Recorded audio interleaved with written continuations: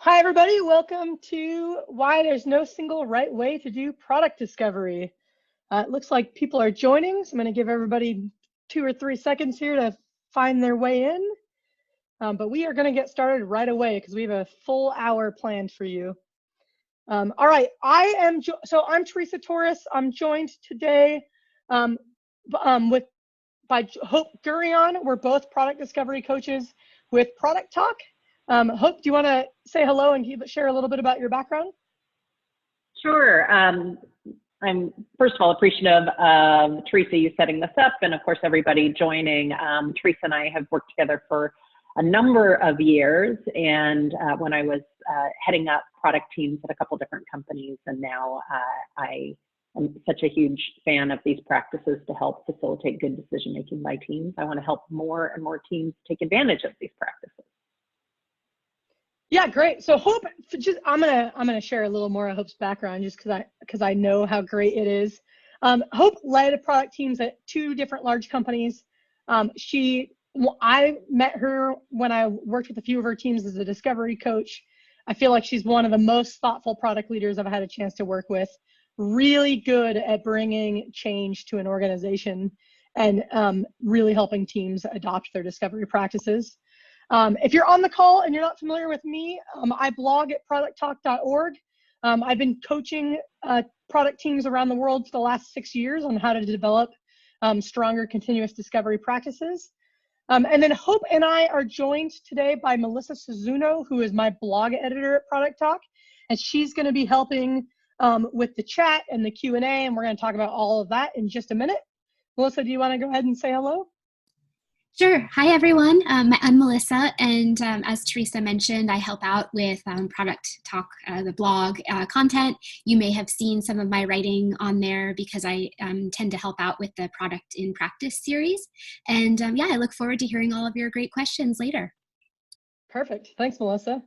All right, so today we are going to be talking about why there's no single right way to do discovery. This is actually the second part of a 3-part series. If you missed part 1, no worries. We're going to do a quick review to help you get up to speed. I will also share that at the end of all 3 parts of the series, we will be posting videos so that you can get caught up on anything that you missed. Our goal is to make each webinar awesome in its own right, so don't feel like you needed to have any prior knowledge. Melissa is going to share in the chat a link to register for part 3. So part 3 will be 2 weeks from today. So if you enjoy today, we really encourage you to come back and join us again in 2 weeks. If this is your first time using Zoom or you're not familiar with the Zoom webinar interface, there's 2 things I want to highlight. If you mouse to the bottom of your screen, you should see a couple different options. One is a chat window. To help make sure everybody can find the chat window, I'm going to ask you to take a minute and post where you're joining us from, just to help us get a sense for who's in the room. And then you'll also notice a Q&A panel. That's where we're going to encourage you to ask questions. So throughout the webinar and definitely at the end, we're going to take your questions. So if you would like us to address one of your questions about the content, use that Q&A panel and we'll be pulling questions from there. Oh, it looks like we have folks from all over. I definitely want to give a shout out to Ben from Portland, Oregon, which is where I call home. I'm also seeing folks from Brazil and Portugal and the UK and Spain, Germany. So for our Europe folks, thanks for joining us in your evening. Seeing a lot of folks from across the United States, someone from Mexico City, Croatia. Fantastic. Awesome. Thank you for sharing where you're calling in from. It helps us feel like we're part of a lively international community. Okay, so throughout the content, if something resonates with you and you just want to give us a high five, which we would greatly appreciate, please do that in the chat window. Let us know so that we don't feel like we're just talking to ourselves. If you have a question that you want us to answer, use the Q&A channel and we'll pull from there. All right, Hope, anything you want to share about, if I miss anything on logistics? I don't think so. But yeah, again, we want to make this interactive. Like we don't want to just hear ourselves talk. So the more you participate, the better. If we can't answer it live, we'll be trying to find the most common questions. And provide help even after the fact via videos. Yeah, great point. I did forget that. In part one, we got so many questions, we could not answer all of them. So since then, Hope and I have been recording little 3 to 5 minute videos answering your questions. We're going to be releasing those as part of the video series as well. So know that if we don't get to your questions today, we're going to tackle the most common ones and release videos in the coming weeks. All right, so let's dive in. We're going to review briefly what we went through in part one to help folks get caught up, and then we're going to dive right into the next principles. So the reason why Hope and I decided we wanted to tackle this topic is when we work with companies helping their teams develop continuous discovery practices, inevitably they get to the point where they start to say, shouldn't all my teams work the same way? And Hope and I both believe this is really kind of the opposite of what the Agile Manifesto encourages us to do, which is to allow our teams to find what works best for them and to constantly iterate and take a continuous improvement mindset to the way that we work. But we also recognize teams want to master their crafts and that most companies want to develop a way of doing product. And so what we're trying to do in this webinar series is find the right balance between principles that everybody can aspire to, that gives your teams freedom to explore how to implement those principles. And so in part one, we talked about 3 different principles. The first was collaborative decision making, so encouraging your teams to make decisions as a product trio. And how they do that is up to the team, but really encouraging this collaborative model. The second principle we talked about last time was externalizing your thinking. You see here an image of the opportunity solution tree. That's one way to do it. Customer journey maps, story mapping, impact mapping, lots of ways to externalize your thinking. So we discussed that. The third concept we talked about was just being outcome focused. How do you help your teams shift from just thinking about outputs, what code did we ship, to moving into what impact did that code have? What metrics did we move?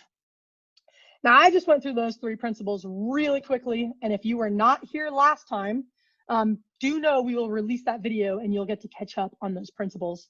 But today, we're going to spend the bulk of our time on 2 new principles. And the way the format is going to work is Hope and I are going to discuss each one for about 10 minutes. Then we're going to take a couple questions on that principle. We'll do the same thing for the second one, and then we're going to jump back into all your questions. So we're going to get a chance to explore this pretty in depth. So our first new principle for today is really encouraging your teams to discover opportunities through continuous customer touch points. So just to highlight really quickly what we mean by opportunities. Opportunities are all centered around your customer. So it's what are your customer needs? What are your customer pain points? What are your customer desires?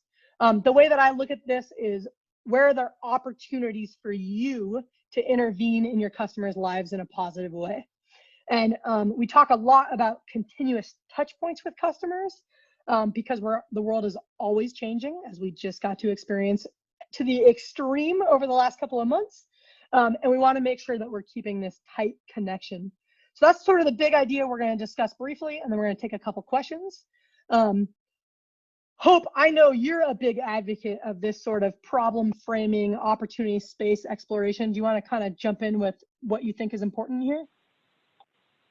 Yeah, I think part of the reason that this is so important is because it's so natural for us to want to solve problems, and we're so eager to solve problems that sometimes we miss which in fact is the most important problem for us to solve next. And again, the language is awkward. It may not be a problem.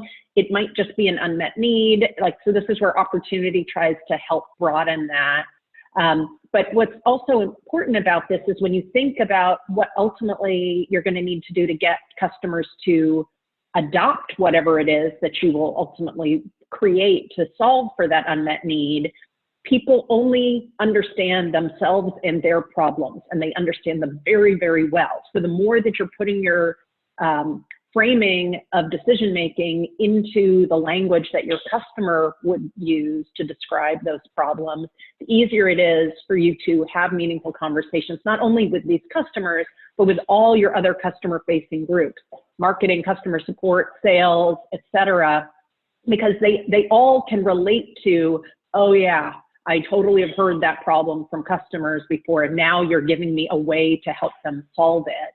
And that increases adoption and, again, driving towards your desired outcome. So this sort of getting everybody aligned around these opportunities from the perspective of the customers experiencing them is such a great alignment activity, and purpose adds just tons more purpose to your discovery and, of course, your solution development.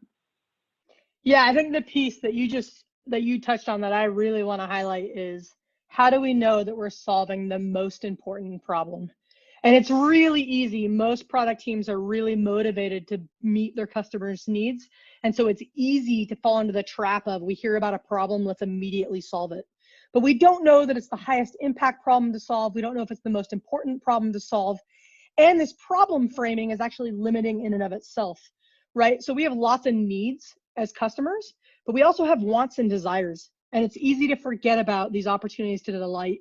One of the best ways to think about this is that, like, I don't really need a beer, but I want a beer at the end of the day, right? And if nobody was meeting that want, my life would be far less interesting than it is now, right? So you can think about in your own life the things that you desire that aren't really needs, but you're really glad that there's somebody out there servicing those opportunities. So it's important, even though the language is awkward, and if I could go back in time, I would probably try a better way to do this. The opportunity language is trying to get you to think broader than just solving problems or meeting needs, but to also dig in and tackle those desires. So that's really why we're talking about exploring the opportunity space. And one of the ways that we encourage teams to do that is to continuously engage with customers through interviewing. And we're going to dive into that in a minute, but I want to take stock of the room and get a sense for how often are you engaging with customers today. So I'm going to try to launch a poll. If you were with us last time, it only kind of worked. Hopefully, if you see a poll, it looks like people are responding. We're good. I see it. All right. So do me a favor, just let me know how often you're talking to customers. What we're talking about here is really just discovery interviews. So many of us are talking to customers every day in our sales process or in our customer support process. What we're talking about here is, how often are you engaging with your customers just to learn about their context, to learn about their life, to learn about their challenges and pain points and desires. And so if you need to change your answer based on that, feel free. It looks like, I'm going to go ahead and end the poll so we can look at the results. So it looks like a lot of you are talking to your customers weekly, which is fantastic. So for those of you that answered don't ask, or quarterly or monthly or even weekly was a little optimistic, here's what I like to encourage everybody. For a lot of us, interviewing is new. We don't engage with our customers that often. We rely a lot on our customer-facing teams. If you're never talking to customers, try to talk to them quarterly. If you're talking to them quarterly, try to talk to them monthly. If you're talking to them monthly, try to get to weekly. We really want to apply a continuous improvement mindset even to our own practices, right? So you don't have to be perfect at this. But what we find is that when product teams talk to their customers more regularly, they're more likely to co-create with their customers. They're more likely to see the assumptions that might be wrong. And I know for me, I've been advocating that product teams interview their customers every week. When I first started saying this 6 years ago, people thought I was certifiably insane. It's now becoming more of a norm. And I think that when teams interview their customers every week, it's a habit that fuels other discovery habits. They start to see their assumptions. They start to prototype more. They start to experiment more. So Hope, I know you've had this experience as well with the teams that you've worked with and the teams that you've managed. Do you want to talk a little bit about kind of the power of interviewing regularly, and maybe also talk about some of the mistakes you see teams make in their interviews? Yeah, well, first of all, let me cover the, like, making the time for it, right? Like we can find our calendars quickly filling up with meetings, internal facing meetings. Our time is precious. You know, we want to try to maximize that time. And the thing that I found to be very powerful with my own product teams, but also with the teams that I coach, is the more that you just sort of block and protect the time to do this every week, the higher probability that you can do this every week. Like if you have to try to squeeze it into an already full week, it might fall off of your prioritization. The more that you have a set protected time for you to co-discover as a team, as your trio, and automate your interviewing and things that you can do to try to fill up that protected time with meaningful customer conversations. Again, the higher probability that you can stick to this cadence of learning from your customers. So that's sort of like the mistake that I see teams make, and I think it's incumbent upon the product leader to help the teams protect that time and make that a priority. It also, I would say, in terms of the how to use that time mistakes, it's when people are struggling week to week to try to find people to fill that time, that they tend to go back to internal signals as opposed to customer signals. And then, you know, there's so much that we could talk about in terms of interviewing. I probably won't get too much into that here, but, you know, what do you most need to learn this week to move forward with good decisions is sort of a general how to think about what's going to be a great use of that time this week.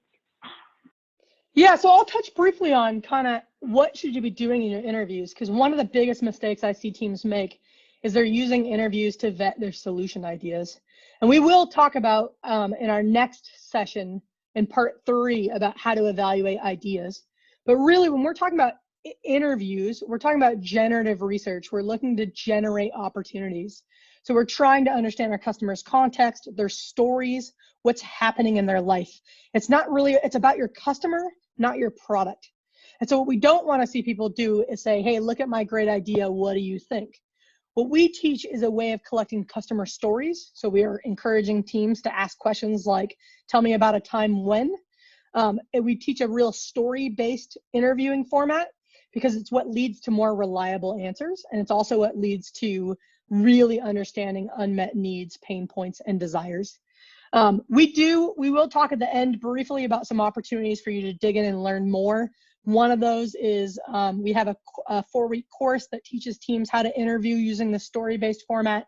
We'll have a link to that at the very end of the webinar. But the key takeaway here is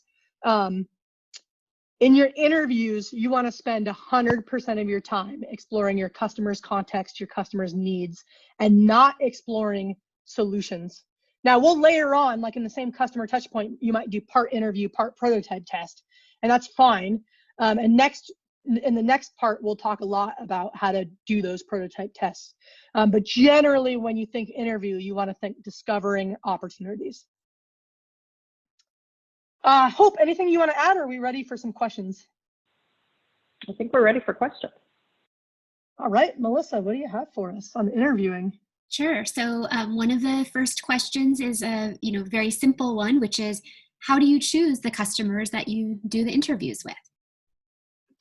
Yeah, this is a really good question. I think for teams that are just getting started, I would talk to any customer.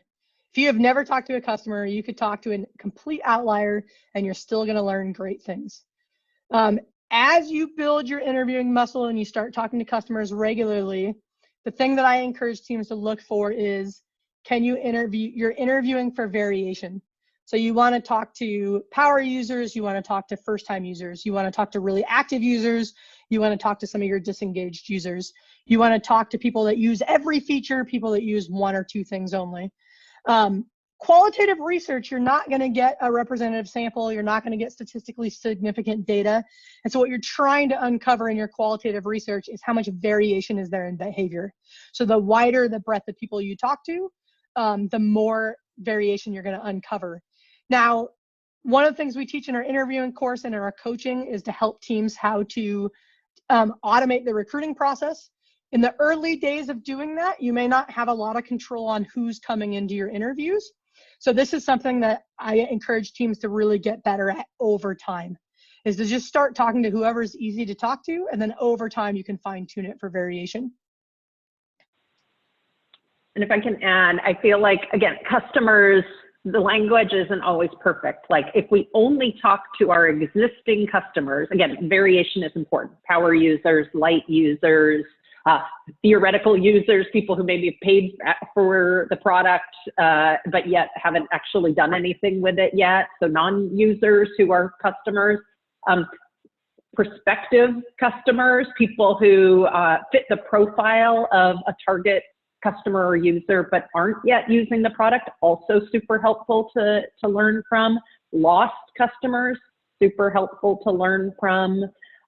So yeah, customers of your competitor, super helpful to learn from. So there's like customer, encompasses a lot. You can get a lot of variety and you will learn, your tree will get, you'll have a rich set of opportunities if you have a rich set of customer discussions.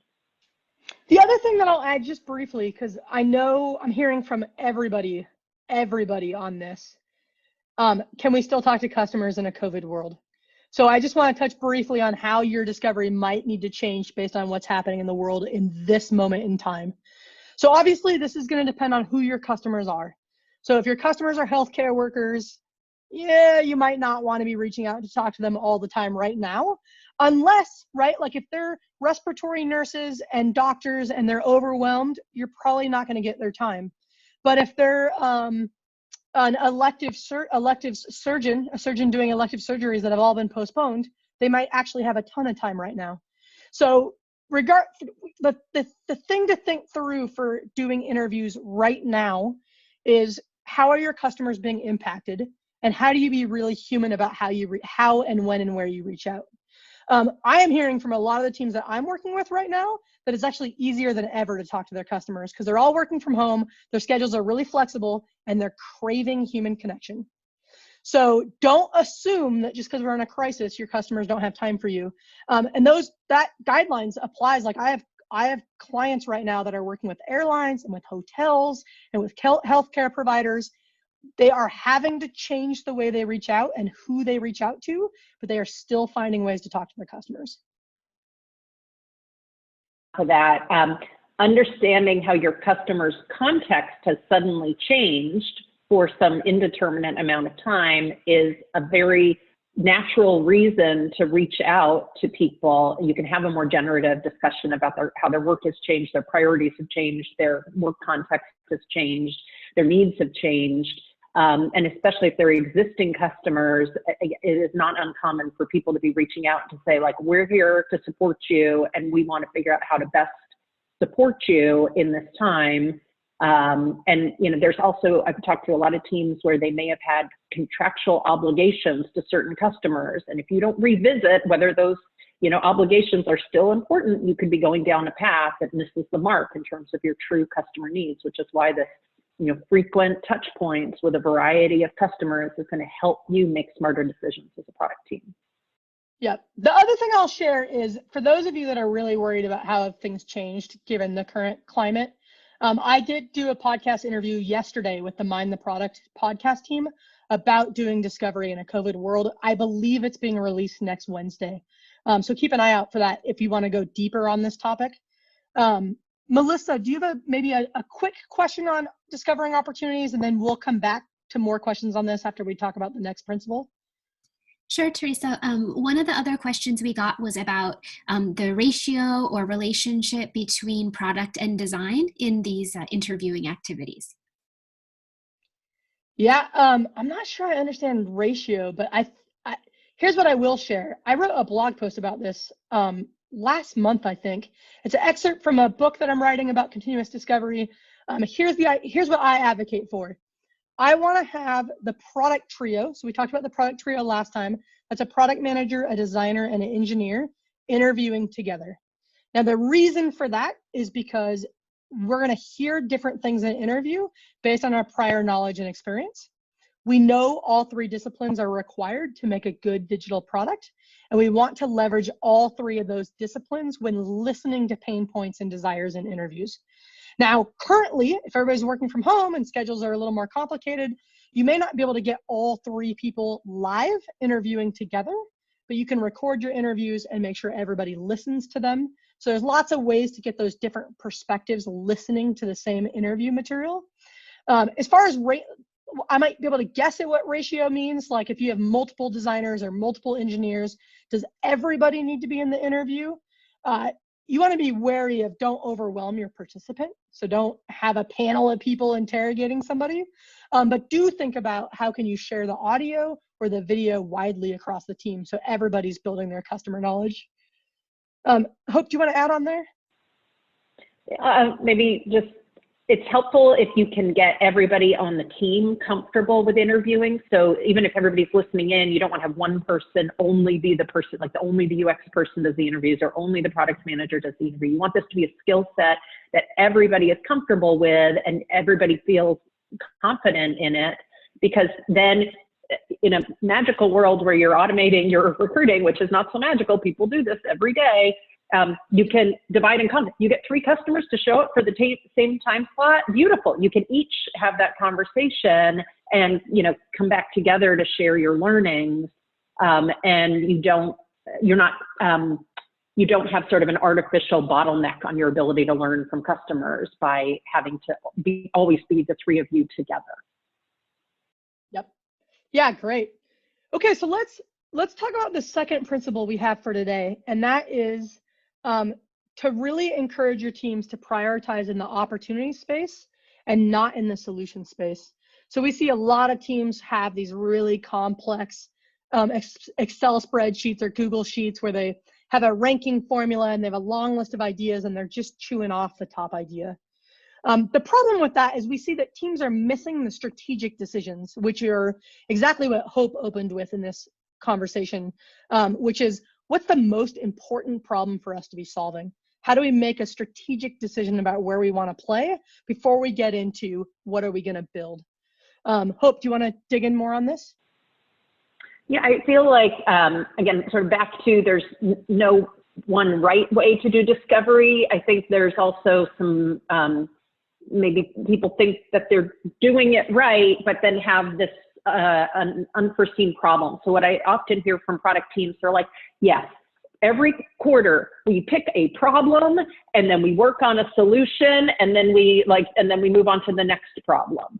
And so it feels like you're doing the right thing. We're solving customer problems, but no discussion of, we considered 18 problems and this was the one that actually was going to move the needle most in terms of incremental customer value against our success metric, incremental company value towards our success metric.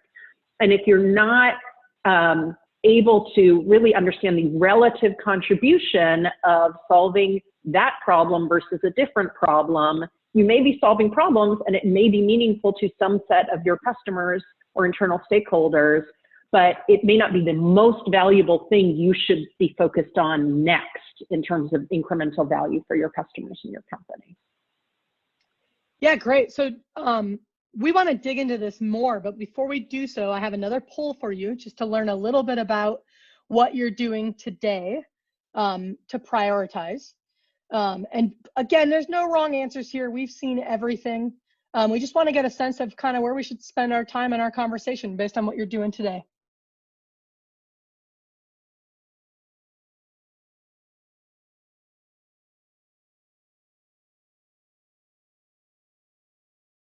All right.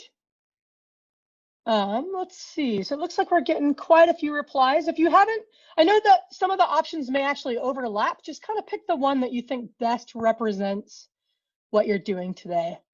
I'm seeing a lot of people on the edges. So a lot of people saying we have priorities from management, and then also we consider multiple problems, and then a few smatterings in the middle. Here, I can share this.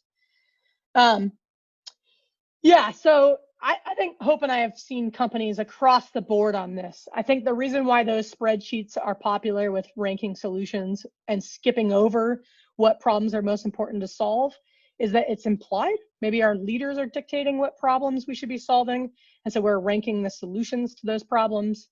And And then I think also it's a language problem, right? It's only recently in the product world that we've started talking about discovering opportunities and prioritizing customer needs. We've all known intuitively to do that, but I think it's only recently that we're explicitly externalizing that and talking about that. The visuals that we're using on these slides are of my opportunity solution tree. I will be the first to tell you, if you're not familiar with this tool, you don't need to be. There are lots of ways to visualize what you're doing. That was one of our tenets from last time. And there's lots of ways to prioritize the opportunity space. We see a lot of people talk about opportunity backlogs and managing and prioritizing an opportunity backlog. That's a great way to do this. What I like about this tree structure is it allows you to, the tree structure helps with your prioritization decisions. You don't have to rank all opportunities against each other. You can use the tree structure to prune branch by branch, and it helps teams frame the opportunities in a way that gives them structure. And there's a lot of research on problem solving that talks about the importance of problem framing and how do we shape the problem space so that we can better solve it. That was one of my goals in designing this visual tool, was to help teams learn how to frame the problem. But there's lots of ways to do this. And so I think the key, getting back to there's no one right way, is the principle we're looking for is, are teams structuring the opportunity space in some way? And then are they using that to drive prioritization decisions? Hope you want to jump in? No, I'm curious to hear what questions people have. All right.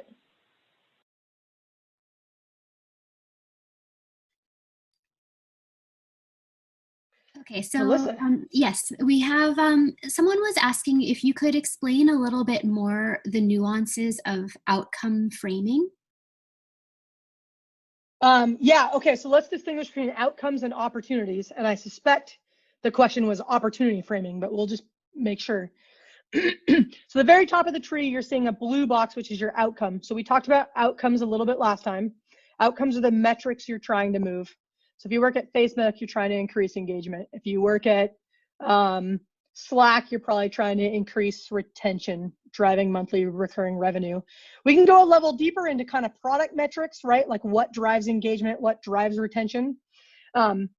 In the green boxes, the opportunities, this is where we're talking about customer needs, customer pain points, customer desires. So problem framing could be a webinar topic in and of itself, but here's some tips that I like to use. I like to frame the problem from the customer's point of view. So I actually encourage teams to write their opportunities like I want, I need, I wish, I hope, I'm trying to, or to frame it as questions they're asking. I'm working with a company where their customers are farmers and ranchers, and a lot of their opportunities are framed like, when should I plant my crop? When should I harvest? Who should I sell to? Should I sell or should I store my grain? These are opportunities that are questions and needs that their farmers and ranchers are experiencing that their products can address. So the key here is that the opportunities are framed from your customer's point of view. And the reason why I think that's really important is that it's easy to disguise a business need as a customer need. So the example that I give for this often is Amazon probably has a customer need of getting you to spend more money, so increasing the average order price, but no customer would ever say, I wish I spent more money with Amazon, right? So when you take the opportunity and you reframe it from your customer's standpoint, it'll help you test, is it really customer centric?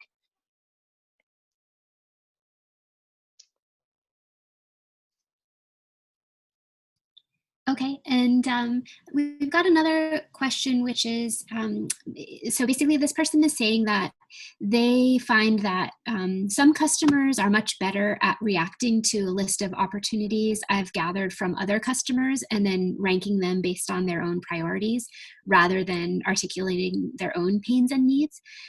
Do you have a good way to get customers to open up? Is it still worthwhile to have customers react to other customers' pains and needs, or would that skew the results that you get? I'm happy to take this one. I have, and there's actually post that that we wrote about how you can actually get customers to participate in your opportunity solution tree at the opportunity level of the tree. What have we missed? Grab a sticky, virtual sticky nowadays. So you're right. So some may, like on the one hand, you want to start without biasing them towards these opportunities. You want to really just be more open-ended in your discussions to really hear what is top of mind for them. But sometimes people have needs that aren't easy, that don't come immediately to the surface. So one technique is, yes, like actually go ahead and have them actively participate and say, what is missing from the tree? And maybe if there's multiple representatives from a customer that all represent your target customers and users, you might use something like a dot vote to see how they feel about the relative importance. Another technique that I like to use is, again, after we've done some more, general understanding of the customer and their unmet needs and their context and their alternatives, is I have, some of you may be familiar with the spend $100 exercise. I do that as a spend $100 to solve a problem. Again, it's not how would you spend it on solutions. It's all those I want, I need, I hate, I wish statements with blank spots for them to tell us which ones we missed. And then they themselves use that $100 allocation so that you can see how because again, when you are talking to customers, you write them all down, they seem all equally important. When a customer has to reflect on how would I distribute $100 across these problems, immediately you very, very clearly see that they are not all created equal in terms of importance. Yeah, I think I'll add let's distinguish between generative research and evaluative research. So when we're talking about generative research, first of all, we're not asking our customers, what are your pain points? What are your needs? Human beings are really bad at answering those types of questions. We don't really know. We know what our needs are, but we don't know how to articulate them. So I talked earlier about, we teach a story-based form of interviewing where we're asking people to tell us a specific story. So I use Netflix a lot in my examples because most of the world is familiar with Netflix. So the way that would look like, if I asked you, tell me about your needs related to Netflix, that's a hard question to answer. You probably have feature requests, but now we're solidly in the solution space and not in the opportunity space. Whereas if I instead say, tell me about the last time you watched Netflix, and I get you to tell me that story, I'm going to hear, as the interviewer, pain points and needs that you might not even be aware of, right? So rather than me asking you, what are your needs and pain points, I'm asking you to tell me about your life, to share your story with me, and I'm actively listening for what are the pain points and the needs. That's the generative part. That's how you're populating the opportunities on your tree. There's also, we can do evaluative research to test, did we get it right? Are we working with the right list of opportunities? And that's sort of where Hope is going with her response of, you can share branches of your tree, you can share lists of opportunities with your customers and ask them to evaluate how you did. But I think these are two really different activities, and that you want to make sure you're doing a mix of both.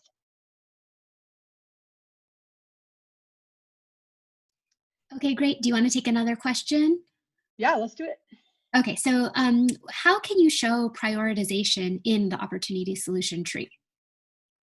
Yeah, I wish this visual was of a more complex tree, but I'll try to talk through it. So generally, a real tree that isn't just meant to be illustrative, you're going to have a lot of opportunity. The tree is going to be broad. You're going to have a lot of opportunities that span the width, and the tree is going to be deep. So you're going to have a lot of opportunities that get broken down into smaller and smaller opportunities.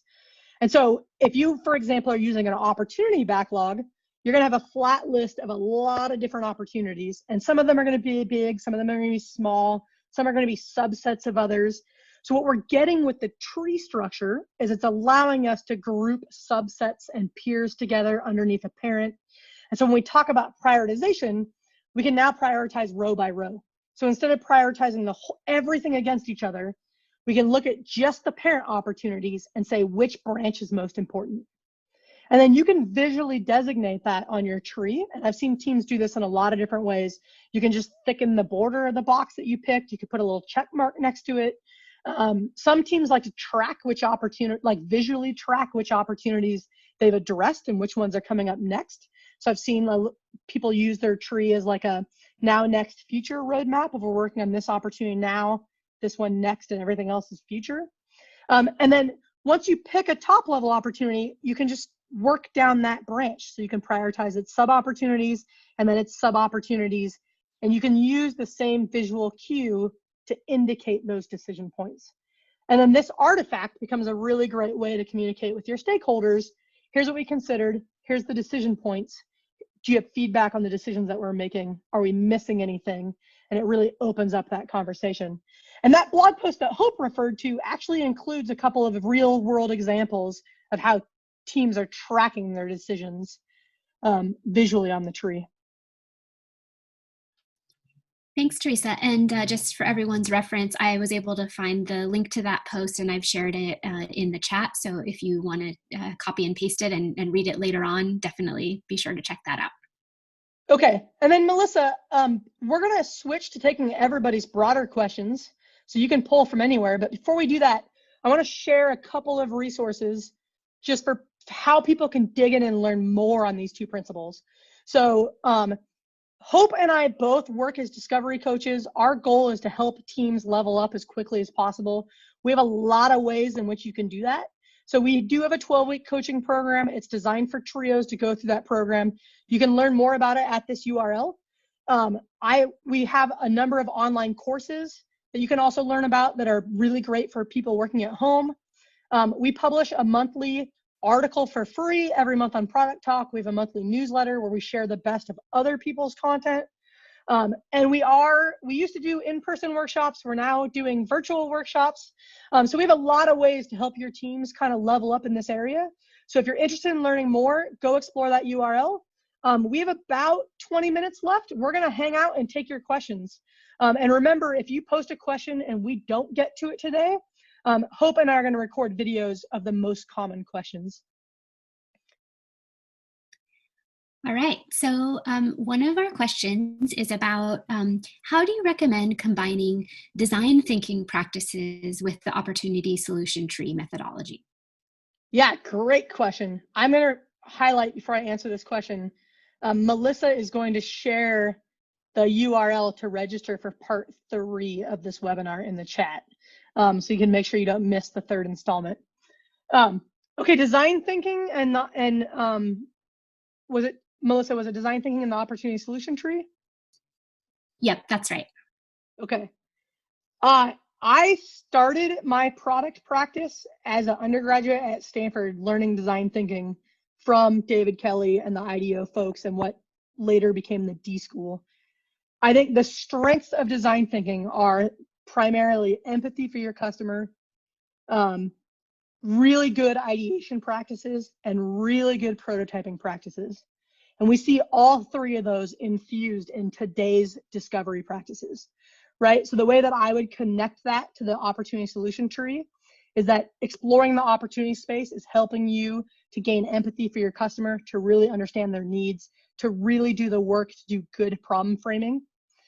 You're going to see in part 3, we're going to talk a lot about ideating and how to generate a lot of different variations so that you get to better ideas.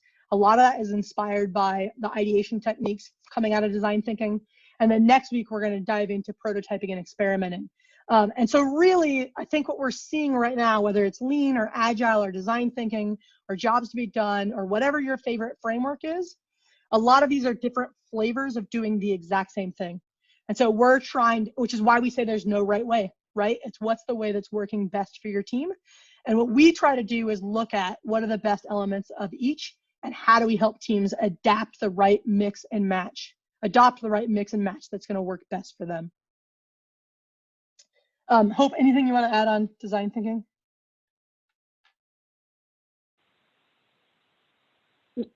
No, I think you hit it. I mean, to me, the speed and efficiency and inclusiveness and customer centricity around considering multiple solution ideas and quickly getting feedback in like a design sprint or something of that ilk, I think is a great combination. Again, when you're at we've already identified a problem, we've deeply understood our customers' unmet needs, and now we're trying to figure out the best way to solve for that need. I think it's a great tool in the toolbox for sure. I will say one key difference that I see between like some design thinkers or advocates of design thinking and what I think gets taught in under the discovery umbrella is I think there's two big differences. We really teach a cross-functional team approach. Some people argue design thinking is what designers do. So we really advocate that collaborative cross-functional approach. And the second part of it is I see some companies that have a strong culture of design thinking get bogged down in endless research. And we, under the discovery label, really try to tie it to driving an outcome and making sure your research is in service of an outcome and not research for research's sake. But I think philosophically, design thinking has more positive than negative. It's just like everything, we see agile in 100 flavors, we see design thinking in 100 flavors. Okay, great. Our next question is about when you have a new product and maybe you don't have existing customers or you don't have users or a public-facing website. So when you're in those very early stages, how do you find customers or users to talk to? Hope you want to tackle that one?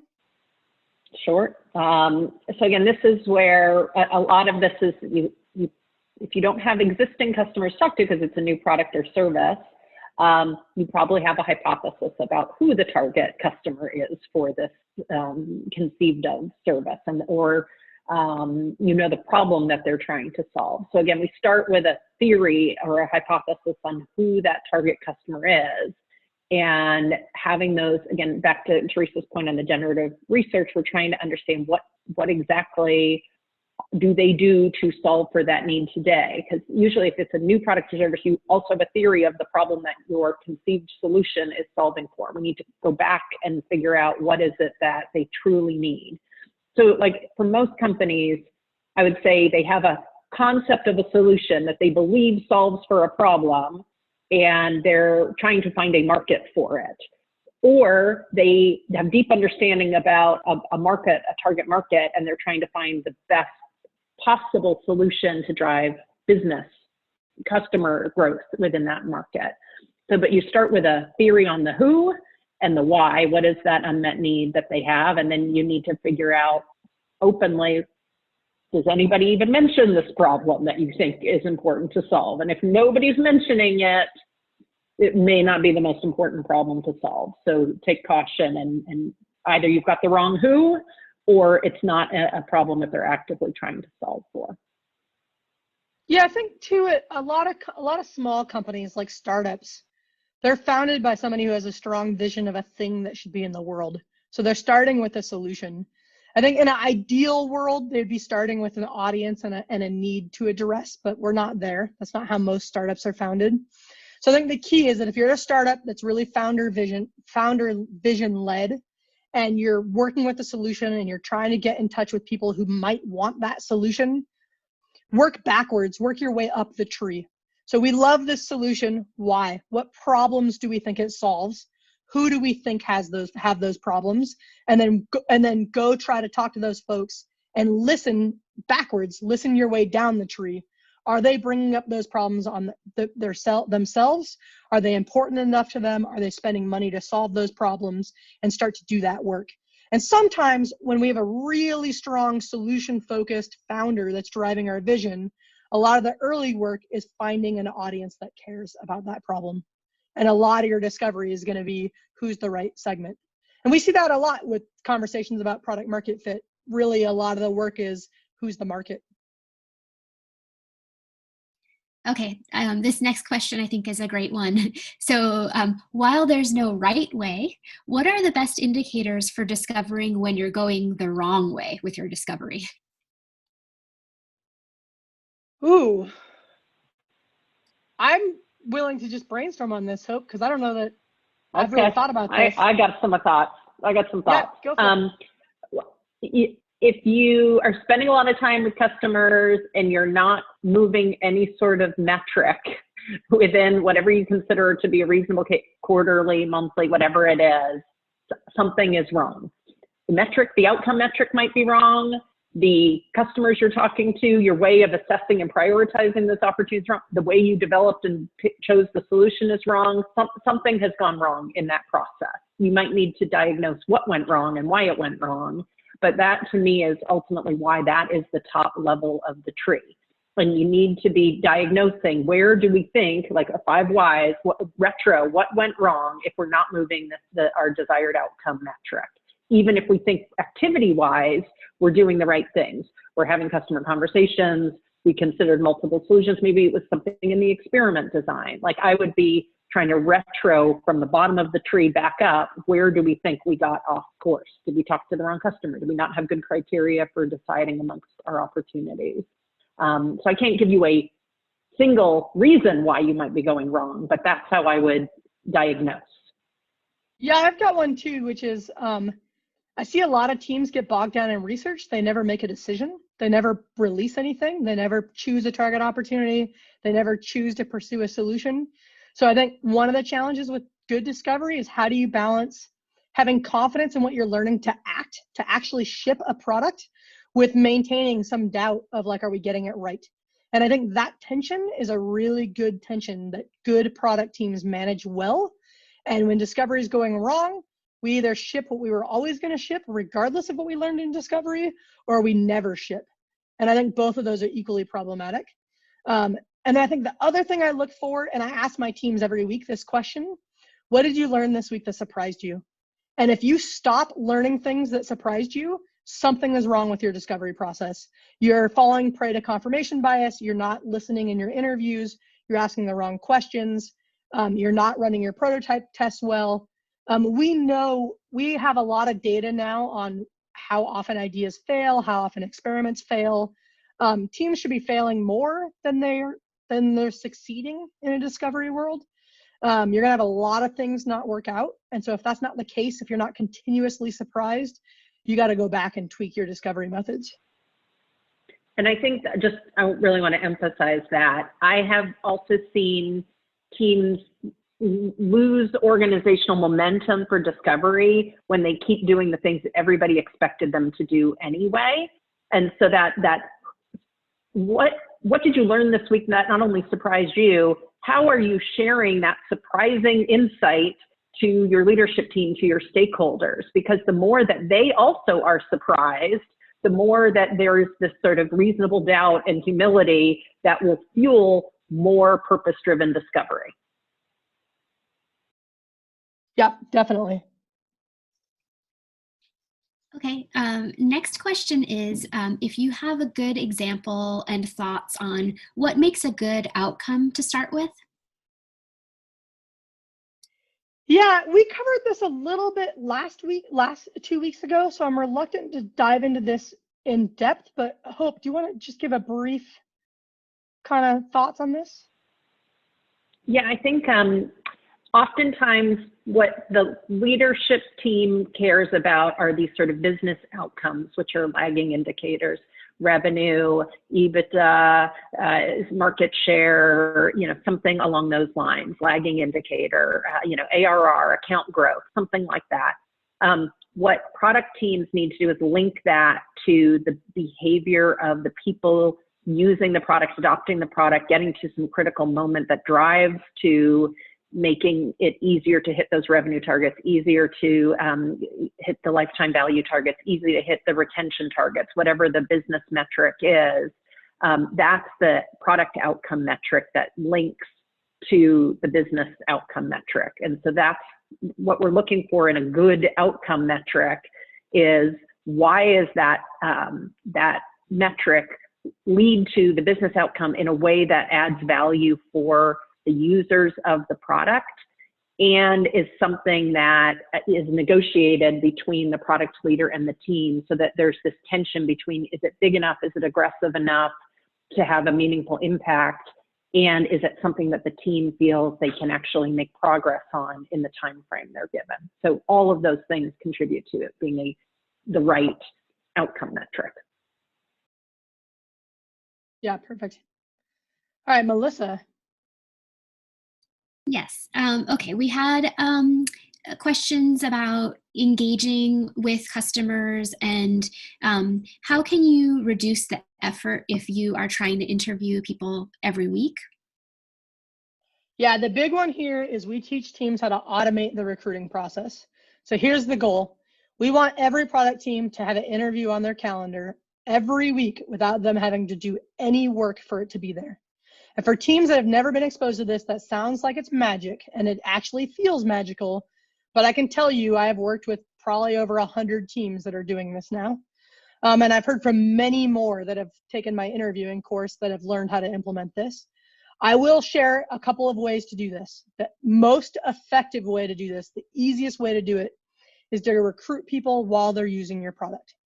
So you may have seen other companies do this where you visit their product, somewhere in the flow, you get asked if you're willing to participate in research. Your customers are already engaging with you in one way or another. So where can you hook into that flow for them to go ahead and schedule an interview? You want to pair that with scheduling software, something like Calendly or one of its many competitors, where your customer is getting asked to participate. Once they say yes, they just get to look at a calendar and pick a time. And then that interview gets added directly to the product team's calendar. And the benefit of doing this is that now it's just like any other meeting. It's on their calendar. All they have to do is show up. There are lots and lots of ways to automate the recruiting process. How you do it is going to differ based on your audience, and it will take some experimentation to get it to work right. If you want to dig in more on that, we do cover automating the recruiting process in our continuous interviewing course. And we also cover it in our 12-week coaching program. But the big idea is what I just shared. Find a way to recruit your customers while they're already engaging with you.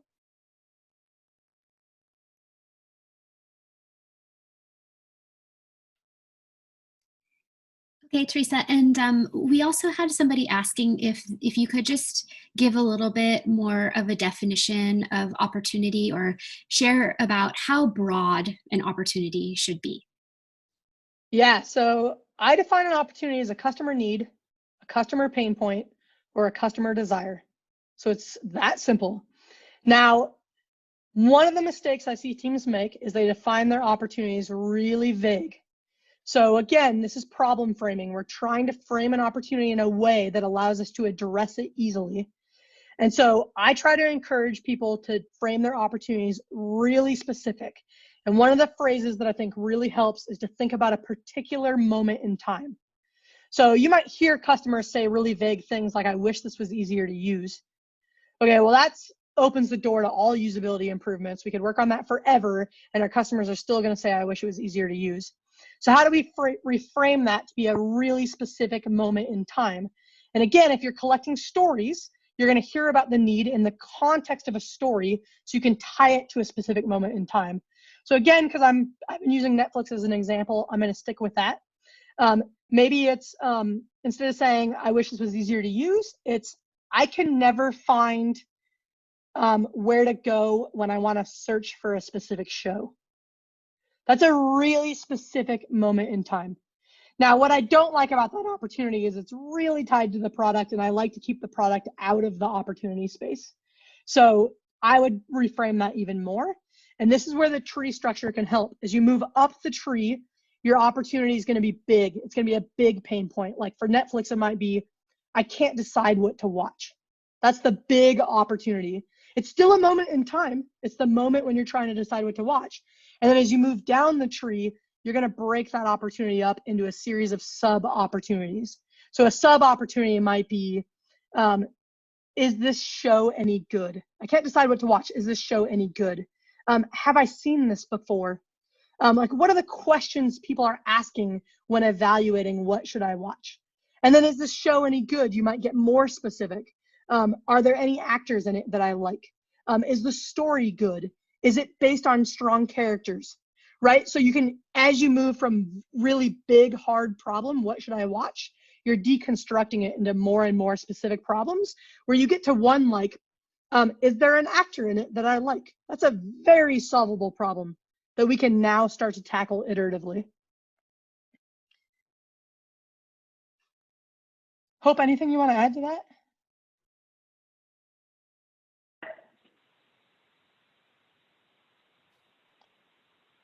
All right, well, we have 1 minute left. So here's what I'm going to say. Please join us for part 3. This has been super fun. I know Hope and I love getting your questions. I know we did not answer all of them. I will remind you that we will tackle more of your questions in short videos that we'll be posting through the Product Talk YouTube channel. We'll also be sharing them through our social media channels. So if you're following us there, you'll have plenty of opportunity to find them. The third session will be 2 weeks from today at the same time. So please come join us. We love hanging out and talking with folks. Hope, anything you want to add? Hope is on mute. She might be trying to talk. All right, well, thank you very much. Thank you, Melissa, for helping us out. Thank you, Hope, for joining me. Thank you, all of you, for joining, and hopefully we'll talk again in 2 weeks.